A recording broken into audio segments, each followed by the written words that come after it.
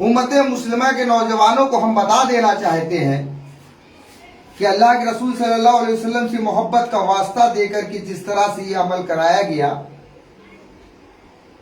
خود جناب رسالت مآب صلی اللہ تعالی علیہ وآلہ وسلم نے ان سب چیزوں کو منع فرمایا۔ تشدد کی اسلام میں کوئی گنجائش ہی نہیں ہے، وہ اس لیے گنجائش نہیں ہے وما ارسلناک الا رحمۃ للعالمین، محمد صلی اللہ علیہ وسلم رحمت ہے تمام عالمین کے لیے۔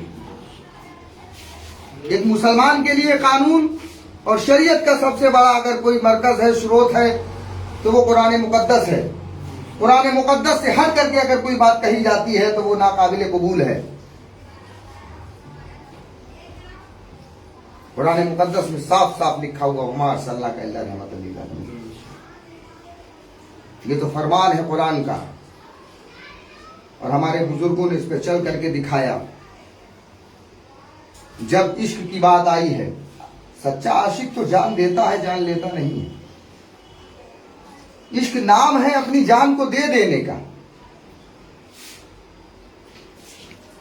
گردنیں اڑا دینا بہادری نہیں ہے،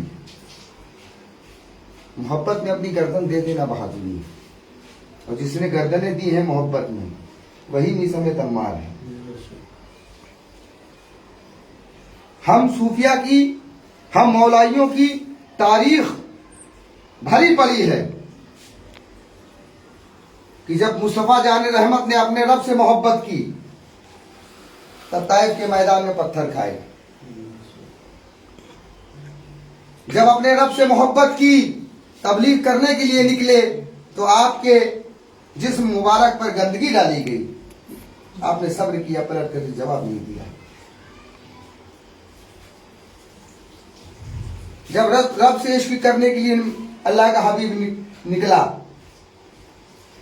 تو احد کے میدان میں آپ کو ضرب بھی لگائی گئی۔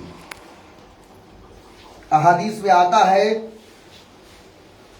کہ وہ جو خود ہوتا ہے تو خود میں زنجیریں ہوتی ہیں، ایک زنجیر اس قدر پیوستہ ہو گئی تھی آپ کے گال مبارک، رخسار مبارک پر، کہ اندر جو یہ بتیسی جسے کا جبڑا کہا جاتا ہے، اس کے اندر وہ زنجیر کا وہ چھلا گھس گیا تھا، تو دانتوں سے پکڑ کر کے نکالا گیا تھا۔ جب دانتوں سے پکڑ کے نکلا تو خون کا فوارہ چھوٹ گیا تھا، اس قدر خون نکلا تھا کہ حبیب دو جہاں صلی اللہ تعالی علیہ وآلہ وسلم ظاہری طور پر بے ہوش ہو گئے۔ ہم یہ بھی نہیں کہہ سکتے کہ بے ہوش ہو گئے، سو گئے، یہ بھی بے ادبی ہے، معاذ اللہ ثم معاذ اللہ۔ ظاہری طور پر لوگوں کو لگا کہ بے ہوش ہو، اسی میں افراتفری مچ گئی کہ معاذ اللہ ثم معاذ اللہ نبی کریم صلی اللہ تعالی علیہ وسلم شہید ہو گئے۔ قرآن میں آیت بھی نازل ہے اس بات کی، اور لوگ جب وہاں سے چلے گئے تھے، قصہ لمبا ہو جائے گا، اس میں تمام باتیں نکل آئیں گی، ڈسپیوٹڈ باتیں ہو جائیں گی۔ بہر کر کے عشق کی بات تھی کہ خون کا فوارہ بھی، خون بھی دیا،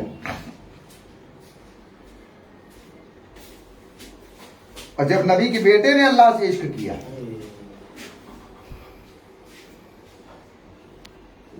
نبی کے بیٹے نے جب اللہ سے عشق کیا تو گھر کا گھر لٹا دیا، اور نبی کے بیٹے کے چاہنے والوں نے جب اللہ سے عشق کیا،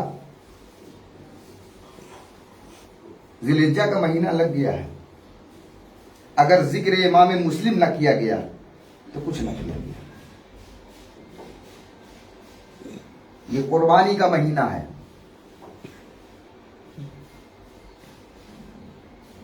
دو باتیں ملتی ہیں اسی مہینے میں۔ امام مسلم کو شہید کیا گیا، تلوار نہیں چلائی آپ نے، تلوار کے وار سہے ہیں۔ 10 محرم کربلا کے میدان سے 40 دن بعد 10 محرم ہوگی انشاءاللہ۔ ہم تو وہ ہیں، ہماری تاریخ وہ ہے کہ ہم نے دین کے لیے پتھر کھائے ہیں، ہم نے دین کے لیے اپنی جانوں کو قربان کیا ہے، عشق کے لیے جانوں کو قربان کیا ہے۔ عشق جان دینے کا نام ہے، جان لینے کا نام نہیں ہے۔ جس طرح سے پوری دنیا میں اسلام کو اور مسلمانوں کو بدنام کرنے کی سازشیں کی جا رہی ہے، میری نوجوانوں سے اپیل و گزارش ہے کہ وہ ان سازشوں سے دور رہیں اور جو بھی بات کسی بھی حوالے سے بتائی جائے اور اس بات سے اگر تشدد پیدا ہوتا ہو تو یہ یقین جان لیجئے کہ وہ اسلام کی تعلیم ہے ہی نہیں، کیونکہ اسلام تو لوگوں کی رہنمائی کے لیے اللہ نے بھیجا ہے۔ آپ قرآن میں پڑھیں، قرآن میں لکھا ہوا ہے کہ ہم نے تم کو تمام دنیا کے انسانوں کی رہنمائی کے لیے پیدا کیا، اس امت کو رہنمائی کے لیے پیدا کیا گیا، اس امت کو فتنے کے لیے پیدا نہیں کیا گیا، اس امت کو فلاح کے لیے پیدا کیا گیا۔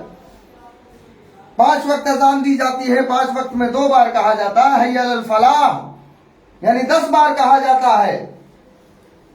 دن کے 10 حصے ہوتے ہیں، ہر حصے میں لوگوں کو یہ حکم دیا جاتا ہے کہ بھلائی کے لیے آؤ۔ تو یقین جانو نوجوانوں، آپ یہ سمجھ لو کہ آپ کو بھلائی کے لیے بلایا جا رہا ہے، فتنے کے لیے نہیں بلایا جا رہا ہے۔ بڑے افسوس کی بات ہے کہ جب دین پر، انسانیت پر کوئی ضرر لگنے کی بات آئی ہے تو خانقاہوں سے نکل کر کے پیران عظام نے، مشائخ نے اور صوفیوں نے انسانیت کی رہنمائی کرنے کا کام کیا ہے۔ بڑے افسوس کی بات ہے کہ آج جو مرحلہ ہے اس میں مشائخ کو جس حساب سے نکل کر کے باہر آنا چاہیے خانقاہوں سے، وہ اس طرح سے نکل کر کے نہیں آ رہے ہیں۔ مشائخ سے میری گزارش ہے، صوفیاء کرام سے میری گزارش ہے، پیران عظام سے میری تمام پیروں سے گزارش ہے کہ وہ خانقاہوں سے نکل کر کے دنیا اور انسانیت کی بھلائی کے لیے پیغام دینے کا کام کریں۔ اور ایک کچھ کڑوی بات بھی کہنا چاہتا ہوں ان سرکاری صوفیوں سے جو حکومت ہند کے وظیفے پر اپنی تحریکوں کو چلا رہے ہیں، وہ کم سے کم 10% نمک کا حصہ ادا کر دیں۔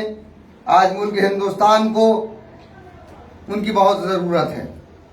ایمانداری کے ساتھ اس نمک کا 10% حصہ بھی ادا کر دیں جو نمک حکومت ہند کی جانب سے، ہم کسی پارٹی کی حکومت کی بات نہیں کرتے ہیں، کبھی نہیں کرتے، یہ ہندوستان ہمارا ہے، اس ہندوستان کی حکومت ہماری ہے، کیونکہ اصلی حکومت ہندوستان میں سمویدھان کی ہے اور اس سمویدھان اور اس قانون کا ہم ہمیشہ پالن کرتے ہیں۔